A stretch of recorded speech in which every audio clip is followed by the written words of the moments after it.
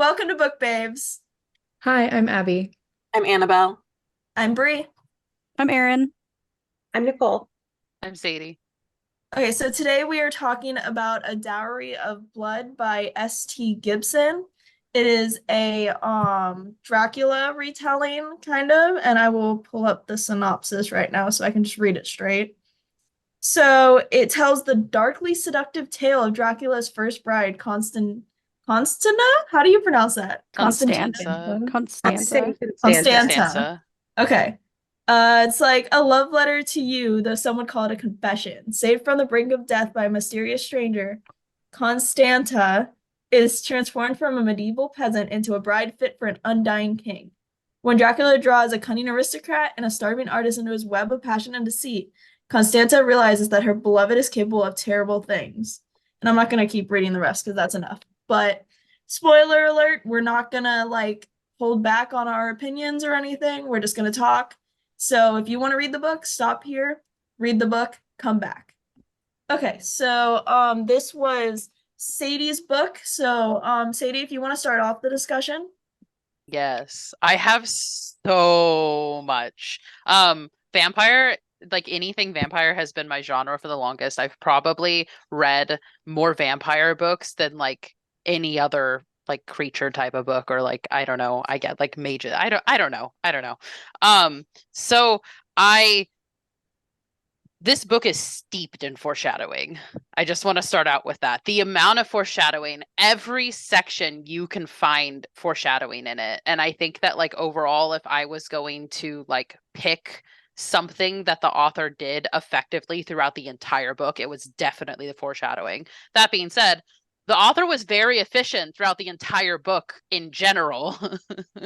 But that was definitely my favorite. Even just to like start us off with like a jumping off point, even the very first page of this book ended with such a like stabbing line of foreshadowing in the eventually even your death becomes its own sort of inevitability. Yeah.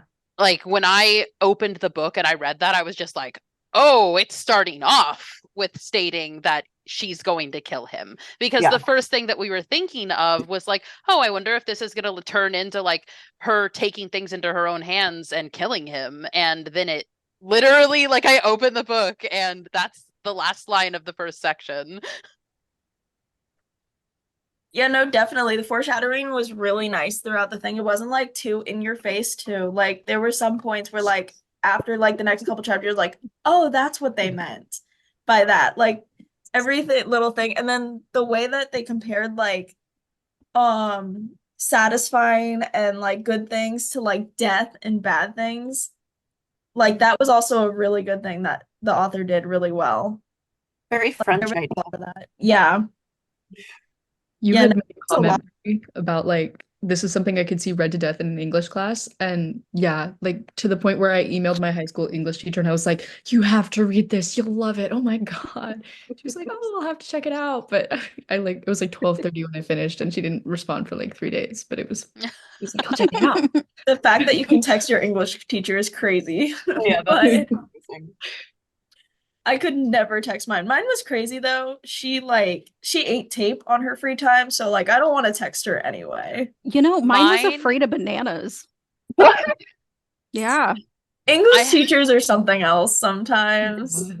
I Uh, I know that we've all had several, obviously, but my senior English teacher was also my sophomore English teacher, and when I was a freshman, he was Mercutio in the local Romeo and Juliet play that was going on. Oh So my gosh. first impression of him was Mercutio, and every single time that like we talked about any sort of Shakespeare, I just had that image in my head of him doing the Queen Mab speech. Mm. Yeah, no, mine was crazy. So I didn't learn anything from her except for how to BS a paper. Like that's all I learned. it's an important skill, honestly. Hey, it made me pass my English AP test, so There you There you go. go. There you go. So, I'm sorry, not I'm sorry, like we're talking about this book. So I paid page one, I made a note about that, but I made a note about page two also. For two reasons. One, uh by royalty. Like the in page 2 it shows that like pretty much every single person in this book is likely bisexual. Like it sets the expectations right there for it. But the big thing for me here is that with with the first page, she seems so certain and so like this was my action, like it was inevitable that like we would kill you or that you would die or whatever, like this was going to happen. And then in the in on page 2 it immediately shows her not necessarily second guessing, but kind of paints her slightly as unreliable in her like second guessing what she's trying to say and like crossing things out. But I want to argue that it's not showing that she's unreliable. It's showing how much of a hold that he had on her and kind of previews how abusive of a relationship she had with him. In the fact that he still has such a hold on her even after his death and after enough time has passed that she feels like she can talk about him. And like the hesitation she felt even in the moment when she was hovering over him with the stake, like she even in that moment she wasn't sure. Yeah, well, it's like the first quote I highlighted in here is, "Am I sick to still think on you softly even after all the blood and broken promises?" It's like it's very much that he had such a grip on her. I think it's really realistic. It gives kind of a real view of what people feel, I think, in like abusive relationships a lot of the time. Like you love them, but you can't stand them. Like a mix, you know? Yeah, definitely. And then with the bipolarness of how he kind of was, that also ties into what you were saying, Erin, because like it showed that a lot where she was like, I don't know who I'm gonna come home to or who he's gonna come home as, kind of. And so that was definitely a really good way to show that. Because like with him being a vampire, it's a good like separating you from like real life because he's a vampire and everything, but it's like really I'm trying to think of the word, but like it has a lot of ties to like realistic things that people go through. And I thought it was well done.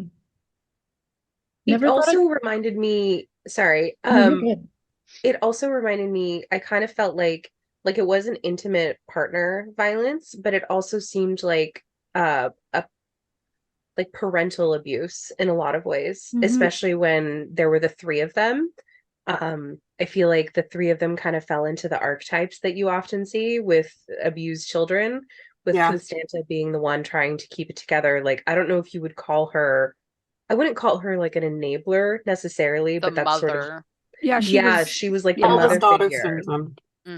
Right. She totally was like the mother who watched it happen and like didn't or like stop it. Like the child, like sometimes there's the child who tries to hold it together and like the peacekeeper, that kind of thing. The well, I meant like the mother of the siblings. In a lot of abused families, there's like the one that's like the mothering type, the one that like tries to take the brunt of the anger from the parents and everything else, and then you have the one that's learned how to cope through like manipulating the parents and like softening the blows for everyone else. And then you have the one that's just done with everything everyone else has been through, which tends to be the youngest sibling who just fights. I completely get what you're saying there. Like,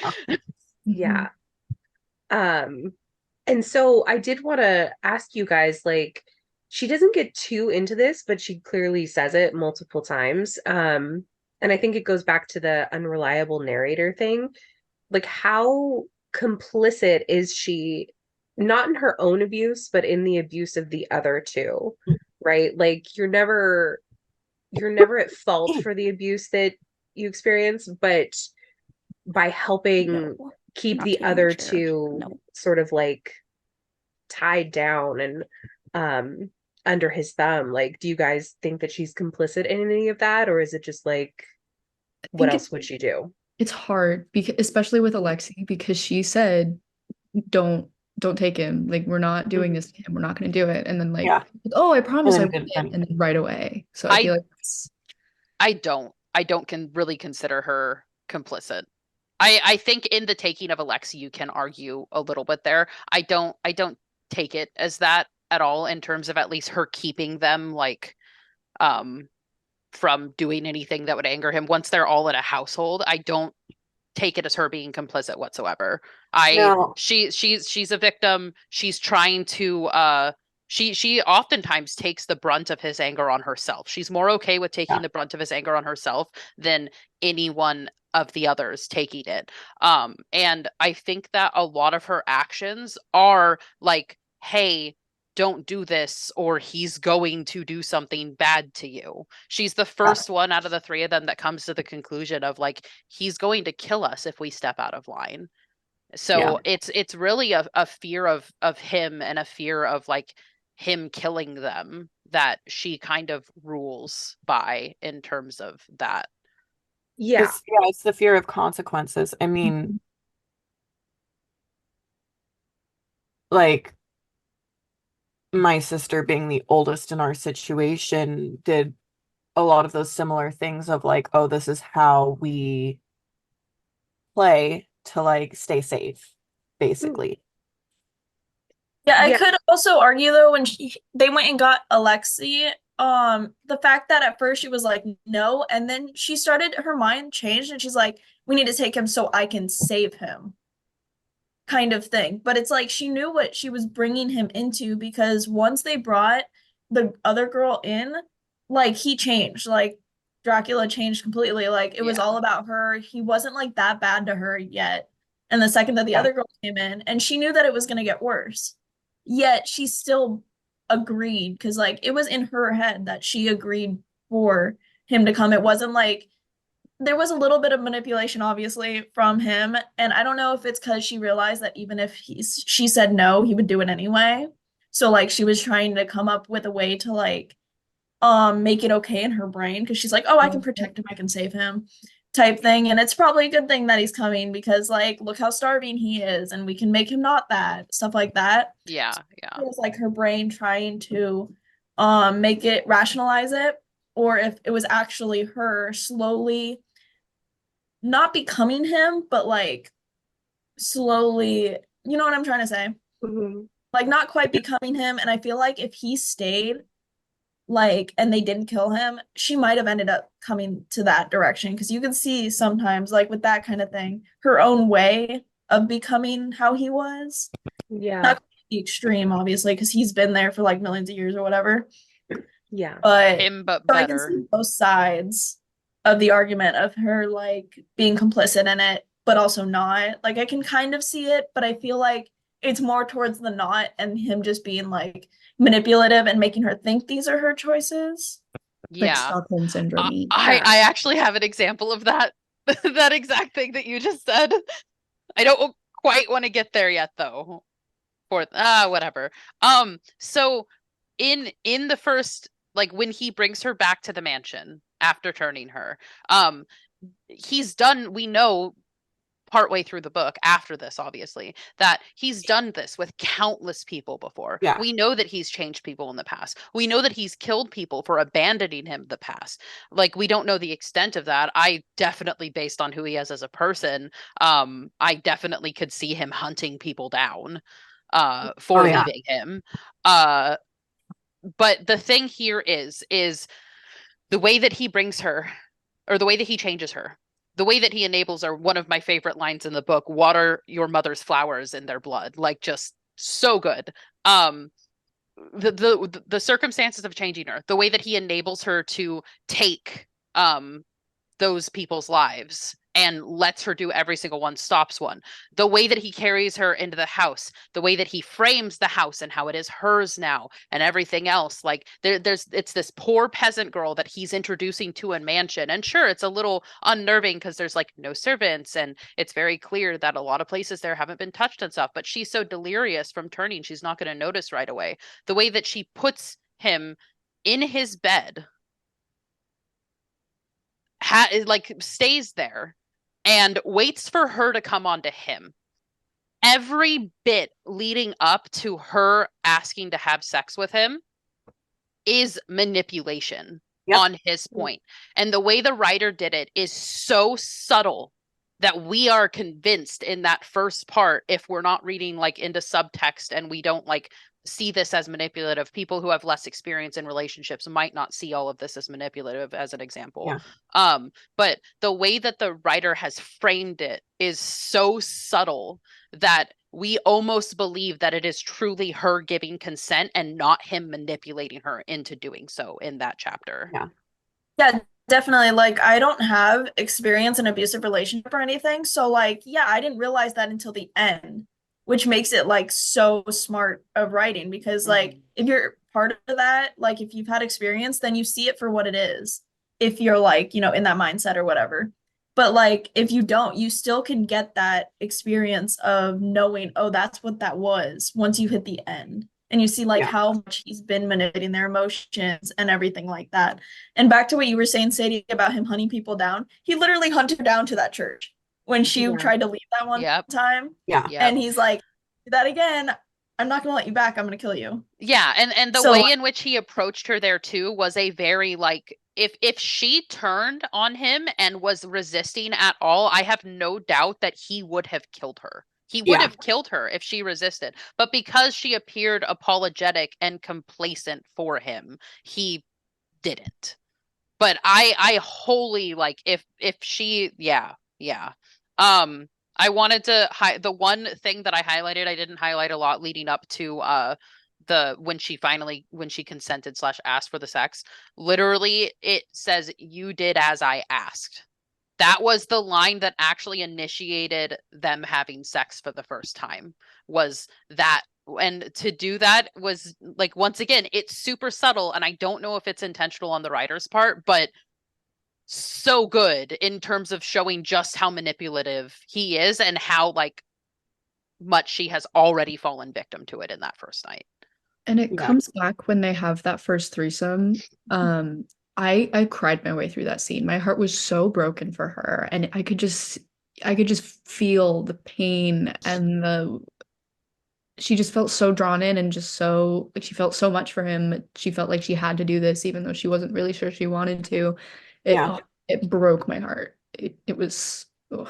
Well, and the bits leading up to that, the conversation, basically he never got her permission. He just said, I have your permission, right? Like, there wasn't a conversation. It was all a manipulation. And she very obviously wasn't okay with it before that. Like, she multiple times told him how uncomfortable she was with, gosh, I don't remember her name. Magdalena. Yeah. Power, sex for him, and like control, that you see him like him controlling all of them. He's got really big control issues. It's obvious. Like, he has to be in control, whether it's sex or life or what they do. And that's, you know, stereotypical abusive guy person. Whatever. Yeah, and that goes back to what I was saying before with the double-sided coin that the author kept using of like lust and death and stuff, and like satisfaction and pain. Because like he used sex as a form of like control and like to show how much he cared. And like it was basically just a tool for him, while Constantina and them saw it more as like love. And she, especially in Constantina, it's Constanta. I keep wanting to Constanza. I'm adding to We got it. We know who you mean. Okay. Consta. Especially Just for call her her. Consta. That's what they call her, Consta. right? Okay. Consta. Yeah. Okay, anyway, so especially for her, like coming from where she came from, she was it was like a peasant town, so it was probably like super modest, and like that's not what they did. And so for her, sex is like a huge thing and more intimate than he views it, and so he uses it as a form of control. And so it's a double-sided coin with that throughout the entire book. Like, and then like the three of them viewed it completely different.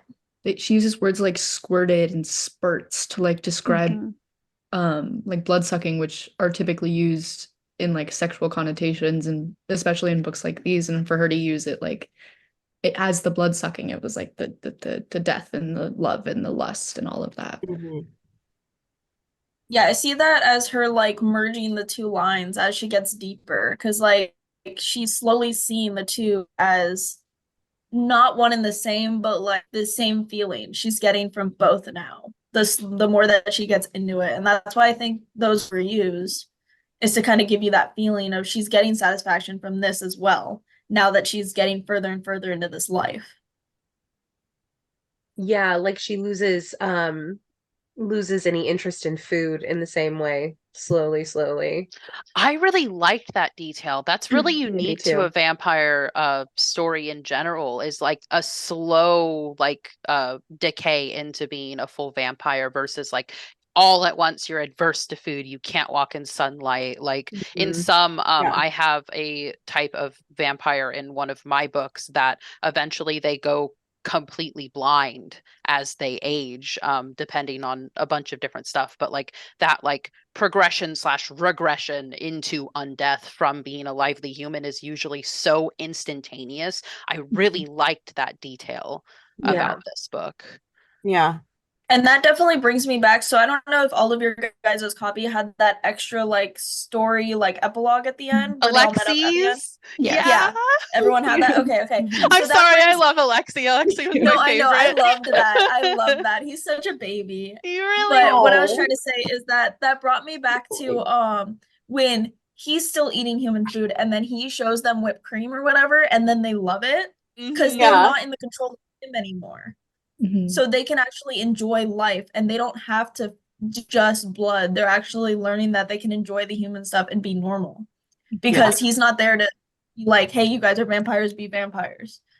So it's like it's a cool like little detail that shows Yeah, that hey, they're yeah. fully not under his control anymore. Feeding off each other is going to be the death of you, or whatever he said. And Yeah. Yeah, and then at the end they're super happy all together and like So they can do wholesome. all these normal human things and all this and they're showing human emotion with like Alexi's like not possessiveness but like jealousy and wanting to love them and be with them and them Yeah. but it's like a understanding it. healthy jealousy is the It's thing too. almost Yeah. It's such a contrast It's like there. anxious Yeah. attachment almost. I It's like, also I need to know love, you like me. yeah. I also love how completely different they are at the end. We Mhm. have Consta, who has taken a new vampiric family. Maddie hasn't like taken any new vampire family, but has a human that she's super attached to. And then we have Alexi, who arguably is the most steeped in human life, that only has his theater friends and probably doesn't have like anyone that actually knows that he's a vampire, I would even go to say.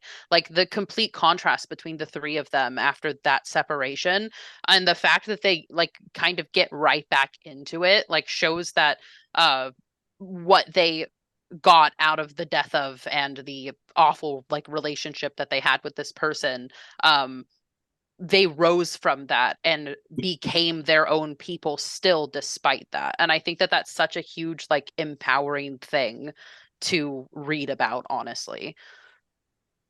Mhm. Yeah, definitely. It definitely shows that there is a future past your abusive person. Mm-hmm. Like that it is possible to live life past them, which like with people in that kind of situation, this could be a good book for them to know, like, hey, you can get out of it. Yeah. Maybe not kill them, you can get out of it. Yeah, maybe don't do that. Don't go that far. But like, you know, Not the murder. the future for you and you Hey. can be happy. You gotta do what Yeah. you gotta do. You know what I mean? I'm kidding. I'm joking. I'm hey. not being I'm serious. kidding. I'll say that. I'll say that for real. Get them, bitch. Do Um, your thing. I mean, hey, there is a lot for like, I think it's called like snapped or there's like a certain like thing, you know how it's like insanity and stuff like there's a certain Mhm. thing for like domestic abuse where like if it is because your wife like snapped or whatever and killed you, like she can kind of get out of it in a way Yeah. because of that. So I mean, hey, if that's what you gotta do, the law is behind you if you do it right. Right. yeah, I it's also- why it's why the Gypsy Rose case was so like there is so nuanced. It was super nuanced because yes, she did this. But the years and years and years of abuse of her mother, everyone is super sympathetic towards her. But in the end, she did manipulate someone into doing it. So she was in of right of mind to like orchestrate it. It wasn't Yeah. a like, I don't want to say spur of the moment. That's It was planned. yeah, it was planned. I do need everyone to know about jury nullification though. Like even if you believe someone breaks the law, if you think the law is stupid, or even in this case, like you don't care, you can vote not guilty. You don't have to. And they won't tell you that if you're on a jury. That's cool. Huh. Yeah, that So is. you can just, that's how a lot of these laws become defunct, is people just go, we don't care that they broke that law. Like, we don't care. We're not prosecuting them. They're not guilty.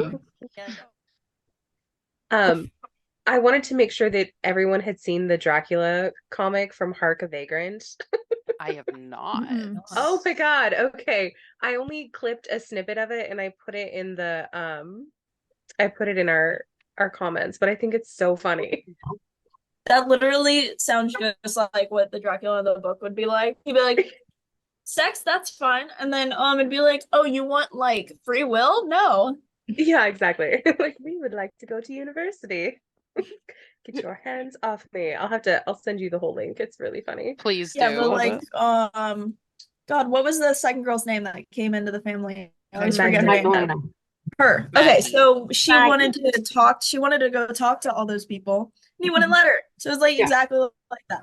Right. And it was a slow it was a slow manipulation, right? So he slowly isolated her from the people Yes. that were important to her in order to isolate her so that she couldn't get away. I don't know if y'all know Jackbox, but we were playing I swear this is relevant. We were playing Jackbox the other night, and we were playing Quiplash, and one of the categories was the worst part about being under Dracula's thrall is that he's always making you blink.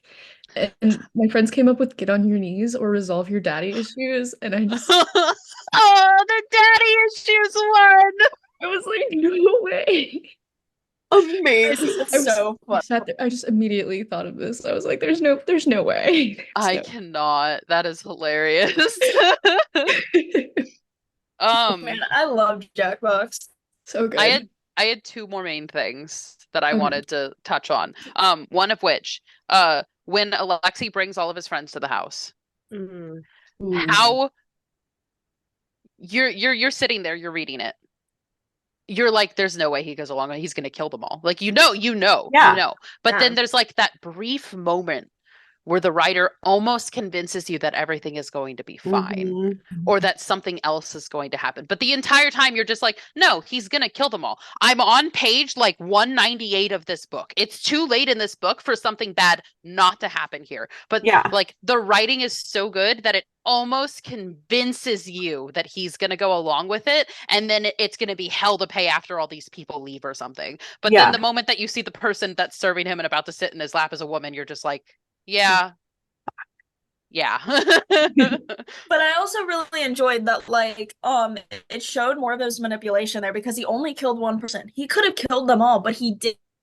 He let them all go so that it was a way for him to be like, well, we have A to way for leave him to now. All of control. your friends Yeah. are gone now. All of your Sucks to be friends know you. that you're They a all vampire. know there's They're going to be an gonna angry come for us. mob. Yeah, Yeah, and exactly. he's like, and it's your fault. So like, let's go. So it's like another way to show manipulation in a different way because he was like blaming it on him, making it seem like it was his Mhm. fault because he definitely could have used his powers to hold all those people there and kill all of them if he actually wanted No, to. he could have. Exactly. But he used it as a way to get more control over them. And then that's when he moved them to like a completely isolated place that they weren't allowed to leave. There were locks on the doors. That's when like the like actual, or not actual, but like the worst part of their relationship was. Before I forget, oh, I'm sorry. Continue. I don't want to interrupt. I was just agreeing. Go ahead. Oh, before I forget, I wanted to say we touched on the food thing earlier, and I didn't notice that in the book at all when I was reading through the epilogue or listening to the epilogue, probably because I was at work. But that just shows like another way that he's controlling them because he has to teach them to hunt for food. They think they can only have blood or hunt for, people. They think they can only have blood, and then when they are at that worst point, right? He's the only one who can go out. He's the only one who can bring home food. They're completely reliant on him for that. It's just another way that he's like, And he's starving them. Yeah, Mhm. totally. He was angry with them before he left to get food that night, and then he was caught. Yeah. Mhm. Yeah. And part of me honestly feels as though like it wasn't that he was like caught at all, that he wanted to be caught.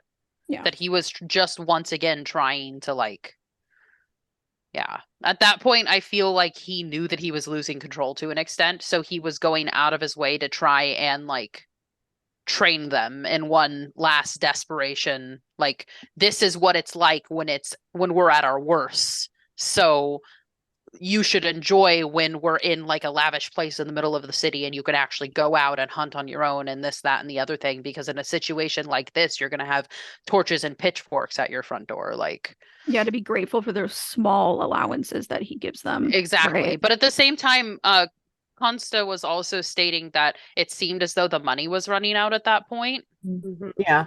So I could be completely wrong on that point also. But also, Also- like, how do we know that he was telling the truth about the money running out? Like, how did she know? You know what I mean? Like, Yeah. she never knew the extent of his money in the first place. She just like assumed, like, hey, all this lavish stuff, whatever. Yeah, yeah. She Like, mentioned his also, holdings one time when they were getting out of Vienna, right? Yeah, Yeah. Vienna. yeah, I think there was just like that one time, but besides that, it was like she didn't really know. Mhm. But to your point of the whole like maybe he meant to get caught.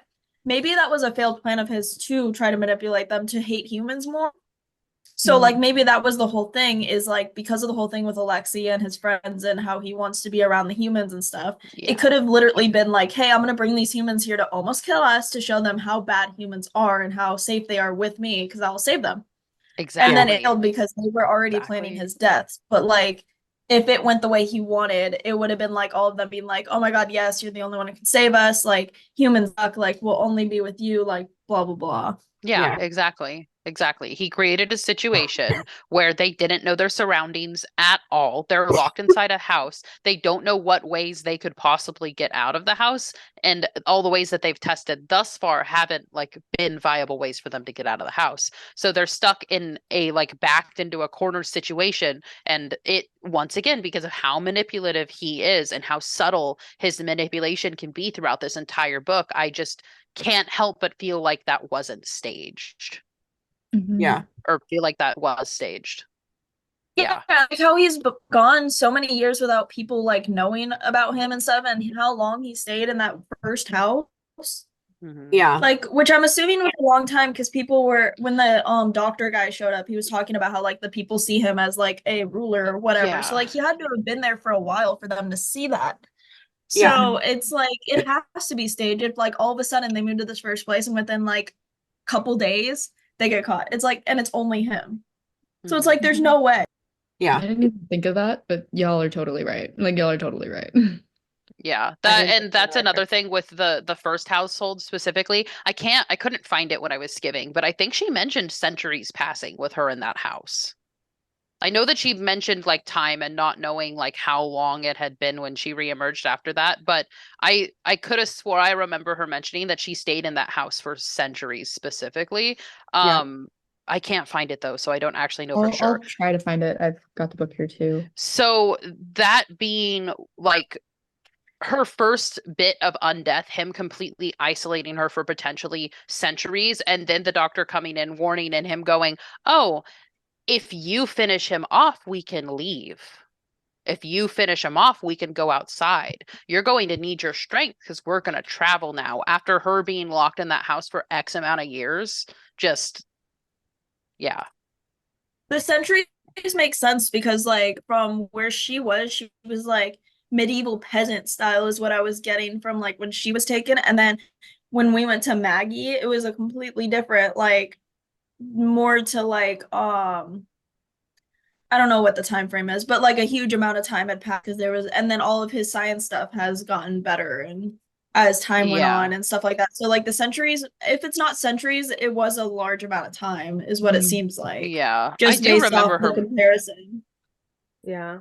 Do you find anything? It does say, I wish I had a better sense of time or any sense at all. I wish I could insert dates and chart the rise and fall of our lifetimes exactly, but I was caught in the slipstream, washed out into the vast sea of you. So Yeah. just kind of, she has no idea how. How long passed? Yeah.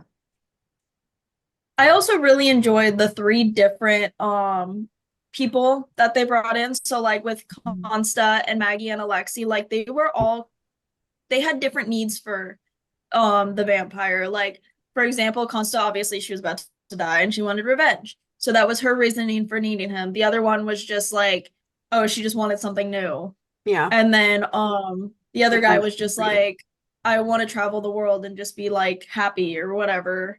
And like I need money, stuff like that. So it's like they all had their different reasons for him. And I really like that she didn't just like, keep him the same throughout. She had the different ways that someone could rely on someone else Yeah. and for the different reasons. And I found that really interesting that she did that because it definitely made the book more compelling than if it was like, oh, he just found a bunch of dead, like almost dead people that needed revenge. Like it would get harder as time went on. Yeah. I also really liked the, I guess, kind of vagueness of the era of the time. So like it enabled you to keep that suspension of disbelief because there was no specific reference to like an actual historical event.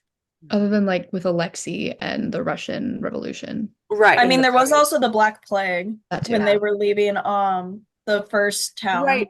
But yeah, it was but those like, are such vague parameters Right. to Yeah. like shove. Exactly. Yeah.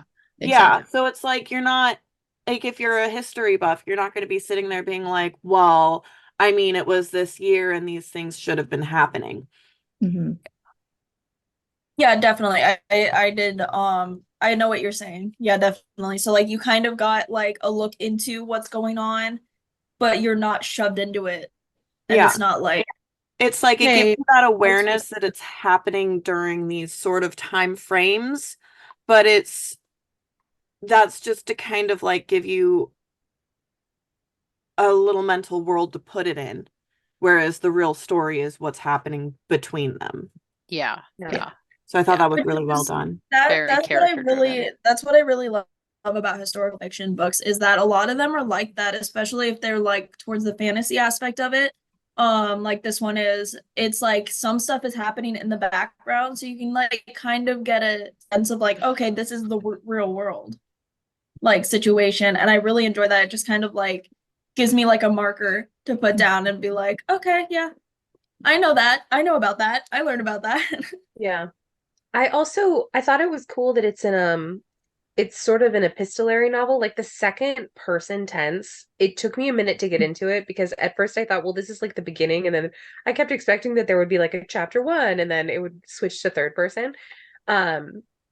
But I actually really liked it, and also because Dracula is an epistolary novel. Yes. It's all Yes. letters and journal entries. So it's like here's the flip side of that, but in a really nice, almost homage. I loved that. I think it's such a unique way of like writing by itself, and especially if done effectively, and it was in this case like done really effectively. And I love that they took that from the original Dracula too, because that's another like we know that this is about Dracula. She never says his name, but we know that this is about Dracula. There's no other character that this could be about other than Dracula. So to have it be written in the same format as Dracula and so many Dracula expired novels is just Sorry, go ahead. Oh, it's kind of a non sequitur, but it's just like I loved so much that she never mentioned his name and that she even stated, I will never say your name again. Page like 21 is my favorite page in this entire book. Completely separate from the novel. It is pure poetry. Pure poetry. It's that erasure of him.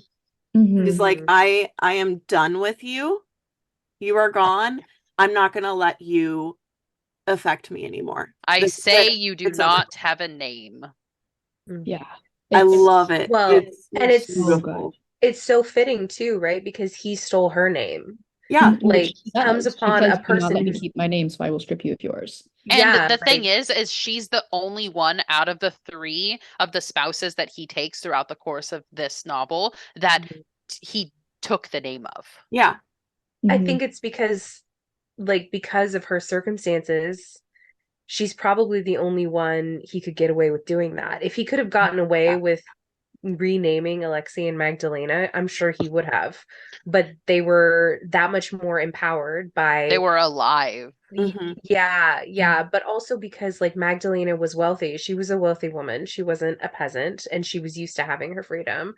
And Yeah. Alexei was, in the early 1900s, the 1920s probably, and also a man. Like, you know, he's not going to let someone rename him. I mean, maybe, but it is interesting. I think that he would have done as much as he absolutely could.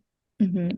Yeah. Page 21 was the last thing I wanted to mention, like specifically because I have reread that page so many times. I've reread it to other people. I've like taken pictures and sent it to other people. If Let's I could go. only send one thing about this book to another person, it would be that page because I love it so much just as a standalone. Yeah. Another I think you thing should read that I it. wanted to You think I should read it? Yeah, read it aloud. go ahead.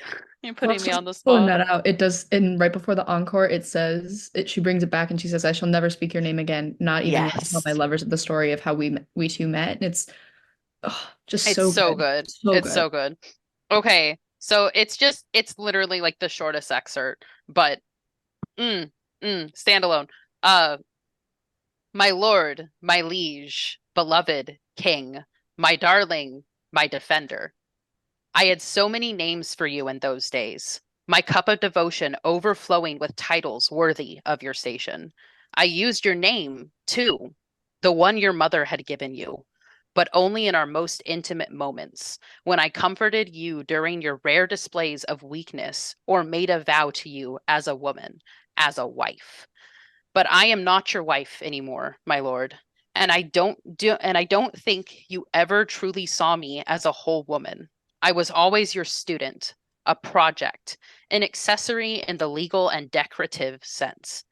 You did not let me keep my name, so I will strip you of yours. In this world, you are what I say you are, and I say you are a ghost. A long night's fever dream that I have finally woken up from. I say you are the smoke wisp memory of a flame, thawing ice suffering under an early spring sun, a chalk ledger of depths wiped clean. I say you do not have a name. So good.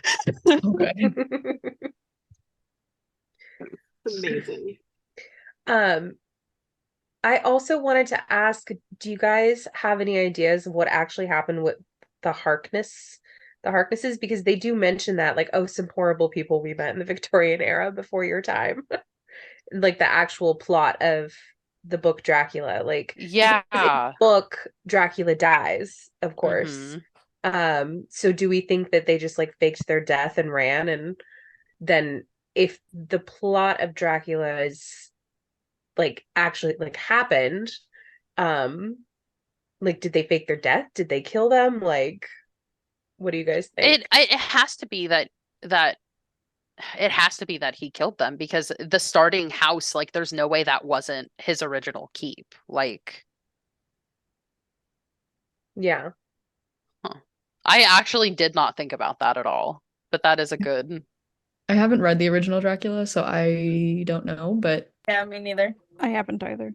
There's a really fun, if you guys want to, because it is all epistolary novels, I'm not going to remember. I'll send it to you guys later, but there's a fun website you can sign up for, and because they're all dated, you sign up for it and then it emails you that chapter on that day. So it's that's like cool. Oh, that's August, really cool. whatever, and then you just That'd be get a really that cool to sent. read that in that way. Yeah, so it's like kind Oh, of in real time. that'd be super cool. Yeah, That's so cool. I'll find it and There send was one thing I did want to with the whole he kind of took everything from her when he changed her because like she had nothing left. He took her name, etc.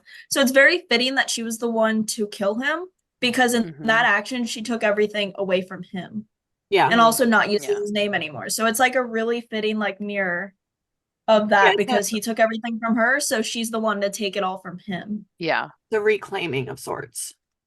Yeah. Exactly. Yeah. And I found it super fitting that she was the one to do it, and then the other two were just like helping. Mhm. No, I really liked that also. Yeah, definitely. So should we wrap it up, or was there anything else that anyone I just wanted want to to bring say I up? really like the cover. I just think the Oh cover's yeah, gorgeous. it's so Yeah. good. It's so pretty. So I mean, You, wow. I Could I love no, this add I've one. seen something that. really quick, Yeah. guys? Yeah, go ahead. Go ahead. I just want to say that he is like a really horrible Dom. That's what he reminds me of. This entire thing, he's a really bad Dom. Yeah. Really, He's he just really bad. is. No aftercare, nothing. He's just bad. No Bad. aftercare. Anyway, that's it. That's all I want to say. So I'm gonna give it a 5. I'm definitely gonna give it a 5 out of a 5. I absolutely loved it. Were there a few things here or there that I wish like went into a little more detail? Yes. However, the pacing of the book and the way in which the writer presented everything, I don't feel like there was actually any way that the things that I wanted more details on could have been fitted in and have it still be as cohesive and as well written as it was. So I definitely say 5 out of 5 for mine. Oh yeah, I definitely agree. I read it in almost one sitting. I think it was two just because I had to go to class. Otherwise, I would have read it in one sitting. It was so good. And that's kind of how I do my ratings. The only way that it's a 5 and not a 4 is if I cannot stop thinking about it and I need to keep reading it. And that's how it was literally during my class. I was like, I literally I think I pulled out my Kindle in the middle of my chemistry class to keep reading. Because I was like, I don't care. This isn't as important. I gotta read this. And like so that's why I gave it a 5. It was just so good. And I haven't read anything like that before. Like I've never read a novel that was written like that. I always have the chapters. And I thought it was gonna be hard for me to get into, but no, it was amazing. And I highly recommend it to everyone. Yeah. For me, it was a 4.5 just because I could stop thinking about it. So it's like that same thing with Brie is if I can't stop thinking about it, if that's like all I want to do is sit and read, then it's a five-star book. But this one is really good. I really liked it. It just didn't grab me in that I have to finish it now sort of way. I think I was more immersed in it like a research project, if that makes sense. So it lost that half a star for me. Exactly the same for me. Like I did 4.5. I loved it. I thought it was amazing, but I don't even know what it is that turns something into a 5-star book, but it just a half star. But I thought it was so great, and I really enjoyed reading it. It was awesome. I also give it 5 stars. And I was almost the opposite. I had a really hard time reading big chunks of it because the emotions of it was just so heavy and so hard to keep reading. But like I wanted to, but I was just like the executive dysfunction would kick in and I'd be like, I don't want to be sad. But like instead, I would like I literally emailed my high school English teacher about it. I was like, you have to read this. Like I was texting my friends who read these kind of things. Like this might be one of my favorite books I've ever read. It is just so good. I loved it. It's Yeah, this also kind a of book, 5. it was really good to have us to talk about a little bit because of those emotions. Sorry, I didn't mean to interrupt you. No, no, no, no, no. I want you to say what you want to say. I don't want to, detract. Um, yeah, no, it was a 5 for me too. It's not so much like if I can't put it down because like I have to put it down. I have like way too much going on to be able to just like, unfortunately, like Same there. yeah. But I was enamored with it completely. Like the writing was phenomenal. The storytelling was phenomenal. Like the characters, awesome, amazing. Like you got attached to all of them except for the bad Dom. Yeah. I mean, I And even kind of got attached to him. Yeah.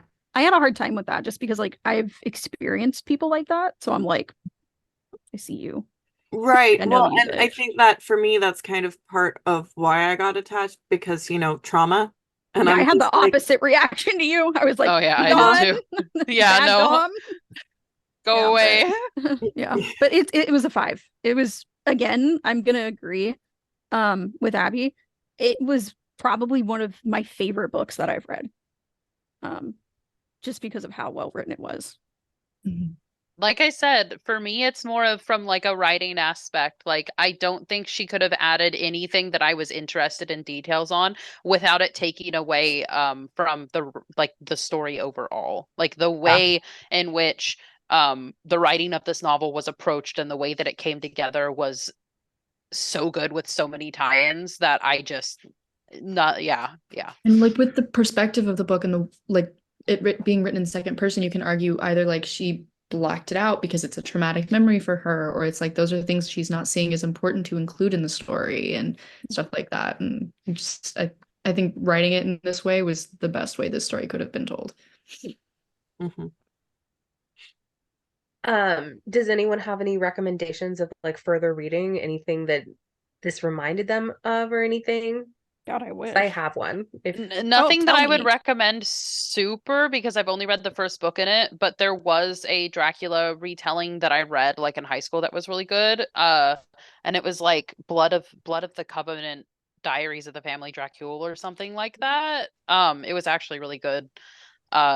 Written differently, still in like the same sort of style, but the characters were like very different, and the writing was slightly more highbrow, I believe. Yeah.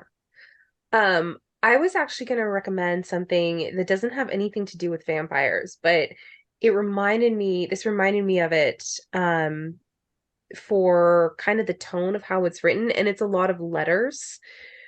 It's called This Is How You Lose the Time War.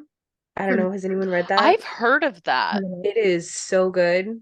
It's one of my favorites of all time. It's intensely romantic. So it is slightly different in tone. Um but it's about these two, there's like a time war basically, and so they it's time travel, but it's not like science fiction-y. And these two agents on opposite sides they start leaving each other letters because they're like equals, and they fall in love over letters. Oh, it's so cute. So it's I've like heard of it, Romeo yeah. and Juliet meets the lake house. It's amazing. Oh my God.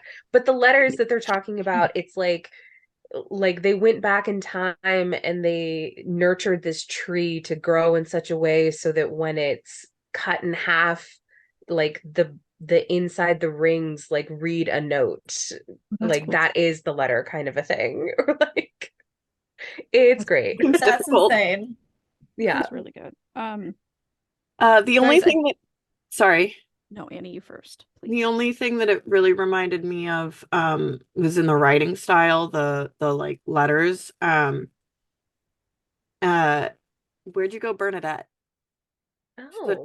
totally different kind of a book, like feeling wise, but but very much like the daughter is kind of like taking notes, trying to figure out, like writing in a journal or something, trying to figure out where her mom went. Um, and so it's like that short, sometimes it'll be like a sentence on a page, and then other times it'll be like a full chapter. I actually thought of one, guys. Hey. You probably haven't heard of it. It's called Twilight. And I feel Please do not. Tell me more.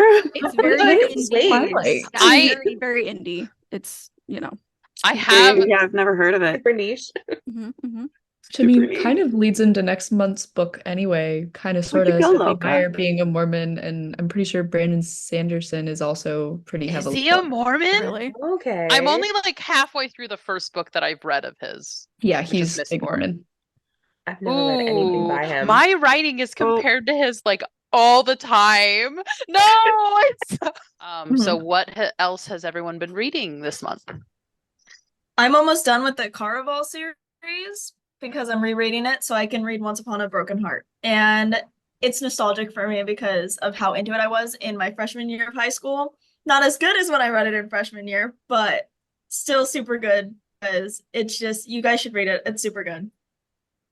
I just read The Leaving by Tara Altebrando, which my friend was like, it's gonna be your new favorite book, and then it kind of wasn't. But it was still really good and I really enjoyed it. I liked it. I since it's Black History Month, I decided to like only read books by authors, BIPOC authors. But I've been so busy that I've only gotten halfway through one. It's Saving Ruby King.